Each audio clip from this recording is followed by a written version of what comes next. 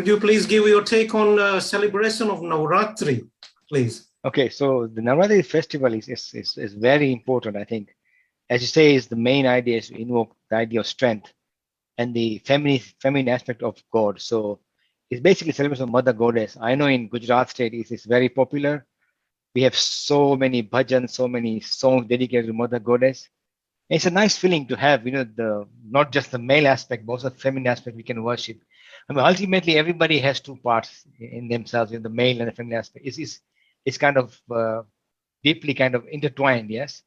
So to get a chance to worship Mother Goddess Navratri, it's a beautiful thing, and linking to a mythological story makes it even more kind of colorful in that sense. And the idea of celebrating the Navratri with different goddess every 2-3 days, that's also a very wonderful idea. So you get all the aspects of Mother Goddess, not just one aspect, the strength aspect, the money and the beauty aspect as well, and the knowledge aspect. So the 9 nights, you collect all these wonderful things. I mean, you can't go wrong, can you? So it's a wonderful idea, I think. Yeah, and also not only that, it's also a chance for the community to meet together and celebrate together the idea of God and spirituality. So all in all, a wonderful festival. I know it's coming up now, and hopefully I pray that it goes well for everybody who's already in Navratri. There's still issues I know with the COVID kind of problems, but still I think a lot of people now coming out to celebrate slowly. And I wish very good Navratri celebrations to all. Sita Ben. Yeah, I think it's a beautiful festival because, it's pretty unique that we've got this idea of worshipping God as female within Hinduism. And another very useful thing is it gives us an opportunity to reflect on our own sort of inner struggles and inner demons in a way. So it gives us a chance to say, what do I need to work on? What do I need to sort of overcome and challenge? And the wonderful story of the Mother Goddess battling the demon is a wonderful metaphor which helps to sort of bring it to life, this idea that we've all got our own sort of inner struggles, our own inner demons which need to be conquered essentially. So the Mother Goddess will hopefully give us the strength to do that. So Hinduism has this idea of worshipping God as female, the mother principle. This seems to be a very unique idea to Hinduism only. Why not other religion have accepted that? And how wonderful it is. Could you please explore that, Sita Ben?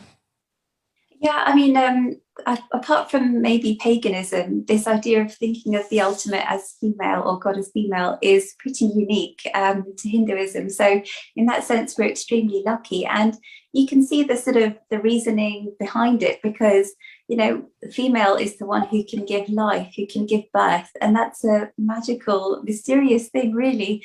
And we have to sort of elevate the whole of womankind to the level of divine as a result, because you think of Shakti as power. So, God needs his manifesting power in order for creation to come into existence. And that is essentially what Shakti is representing. So in that sense, we're very lucky. We've got a very colourful sort of religion, essentially, which allows us to think of God not just as male, but as female as well. And I don't really know why it's not really sort of come up in other religions. I wish that other religions would take on that idea as well. Vijay bhai? Yeah, it's a very unique idea. I think partly, this is my take on it. The fact that because Hinduism is not a missionary religion in that sense, it is allowed different ideas or different beliefs or different ways of looking at God to kind of flower organically. Because don't forget, in India we also have the idea of worship the God as a principle as well. Forget a male or a female. India has also had very ancient atheistic traditions. I mean, I guess in the West, because of the missionary, as some religions, they've kind of basically wiped off, annihilated other religions because their aim is to have only one. They won't accept any difference, and then they follow a particular, doctrine. So anything out of doctrine is not acceptable. So I think by and large, because of history of the mission religions where they only accept one way of belief, that perhaps could not tolerate other beliefs. I know that a while back, I believe some modern Catholic movements, reformist movements, tried to say, let's make God, gender neutral.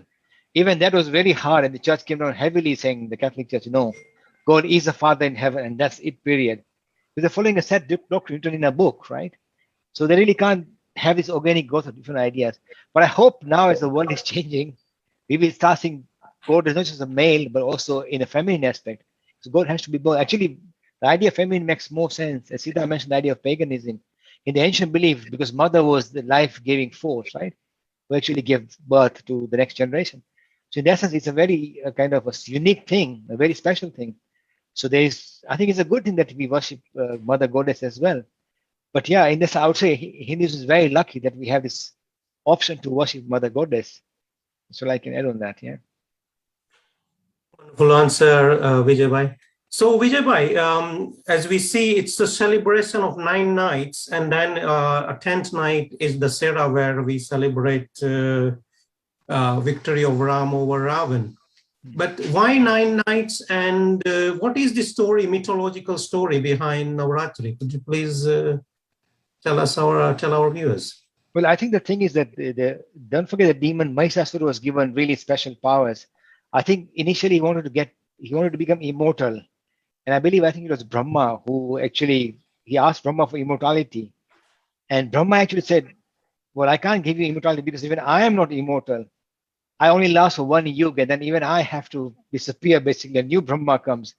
So if I can't have that power, how can I give you that power? So I think demon Mahishasura thought, okay, I'll be a bit more clever here. And asked that no man can kill me. So, okay, then, as usual, Brahma said, Tathastu, there you go, I'll give you that power, yes? But of course, when the demon became, and by the way, Mahishasura is very special because he's a shape-shifting changeling, apparently, yes? He can change his shapes in many different forms. He had that special power. So obviously now the gods are all scared because, Mahishasura was very powerful in this boon. He was kind of attacking all the gods. The gods didn't know what to do now. So they said, look, we can't kill him because we are all in kind of male kind of aspect of the divine. So it is said that all the gods together put all their powers together to create, Durga Ma. So Durga Ma is, somebody messed out with because she's got powers of all the male gods in one. So it's like all in one package, right? So then, of course, as you see that for 9 nights, every time she managed to kind of kill the Mahishasura, he would come out immediately before his soul left the body and change a different shape. So she was actually fighting this shape-shifting kind of monster. And he says for 9 nights he fought that. And on the 9th night, I guess, is on the 10th night, I think when he was from Buffalo, he came out to a different shape. And at that point, just at the right point, Mahishasura was killed. So it was like a 9-night battle. But having said that, 9 nights have now been symbolized for all different aspects. Like as Sita mentioned, find the demons of, evil, ego, greed, avarice, all this stuff. At the same time, some Hindus celebrate 9 nights for every form of mother goddess as well. Or like say 2 or 3 mother goddess. So every night they pick a different mother goddess and invoke a different mother goddess. So in effect, at least for those 9 days, we can ask for different aspects of the divine, feminine divine, because the idea of feminine has got a lot of qualities in there, knowledge. Any action you do basically is Shakti in nature. So every 9 of the 9 nights you can invoke different aspects and bring them to your life. So it's really amazing. And the 10th day, I think there's 2 celebrations, the idea of Mahishasura, and of course of Madhuga killing Mahishasura, and another one is Ram killing Ravan. They're both on Dasera. So yeah, very interesting stuff. Sita? Yeah, and I think you've covered it amazingly. And very interestingly, there's, in South India, there's Mysore. And apparently that's where we get the name Mysore from, is from Mahishasura, because apparently that's where the mountain is, where the battle took place. So it's nice in a way to sort of bring some kind of element of reality into the wonderful, colourful story as well. And it sort of becomes like a place of pilgrimage, I guess, because it gives people an opportunity to sort of revere the mother goddess in a more sort of physical sense rather than just through the colourful narrative and the wonderful dance, the Garba, which we have. And I think Dad has also said, the mother goddess is especially loved in eastern side of India and also the western side of India. So, the Bengalis, they love this idea of Durga Puja. It's very important to them. And the Gujaratis love the idea of Garba. That's such a sort of, very important festival for the Gujaratis. And it's wonderful because it makes it really accessible for, the whole community, the whole family. You can take small children there and introduce them to the idea of Garba and worshipping the mother goddess, and it's a very empowering message, essentially. I'll share this video, clips of this video.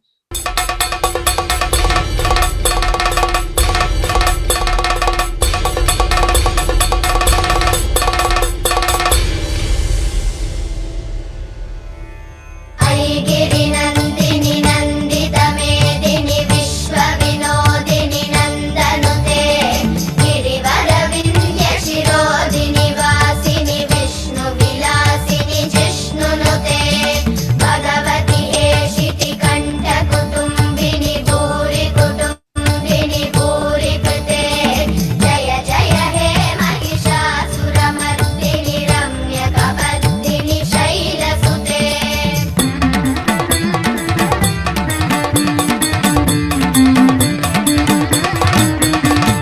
सुरवरवर्षिणि दुर्धरदर्शिनि दुर्मुखमर्षिणि हर्षरते त्रिभुवनपोषिणि शङ्करतोषिणि किल्बिषमोषिणि घोषरते धनुजनिरोषिणि दितिसुतरोषिणि दुर्मदशोषिणि सिन्धुसुते जय जय हे Mahishasuramardini रम्यकपर्दिनि शैलसुते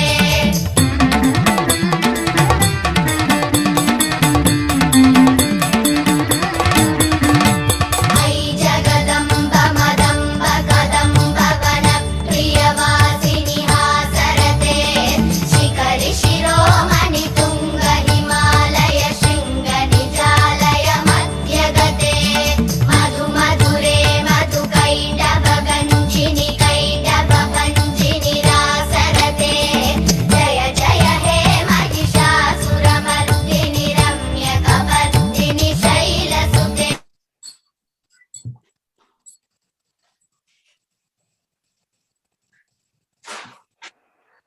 So what you just saw was a wonderful composition by a person called Kuldeep Ampai. He's done this wonderful video of 9 girls as Navdurgas doing this stuti of Mother Goddess Aigiri Nandini. It's wonderful stotram created by Adi Sankaracharya, and it's such a lovely way of remembering Mother Goddess and praising Mother Goddess. So I thought it'd be good to share. And it covers the story of Mahisasur, and the goddess is called Mahisasur Mardini. So just wanted to share that, and some people who will, I'm sure, will enjoy it. This video is on YouTube and has about 128 million views, so you can see how popular it is.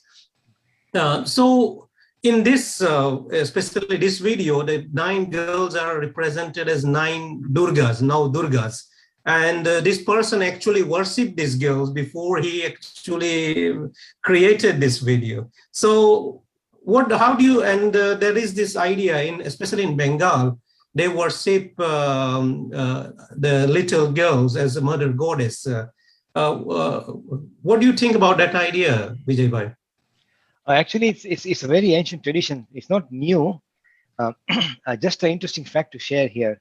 I don't know if people in India, maybe I guess they know that, the Chief Minister of Uttar Pradesh, Yogi Adityanath, he also does the same. He actually, every year on this special day, he actually washes the feet of little girls and actually prays to them and kind of gives them gifts as well.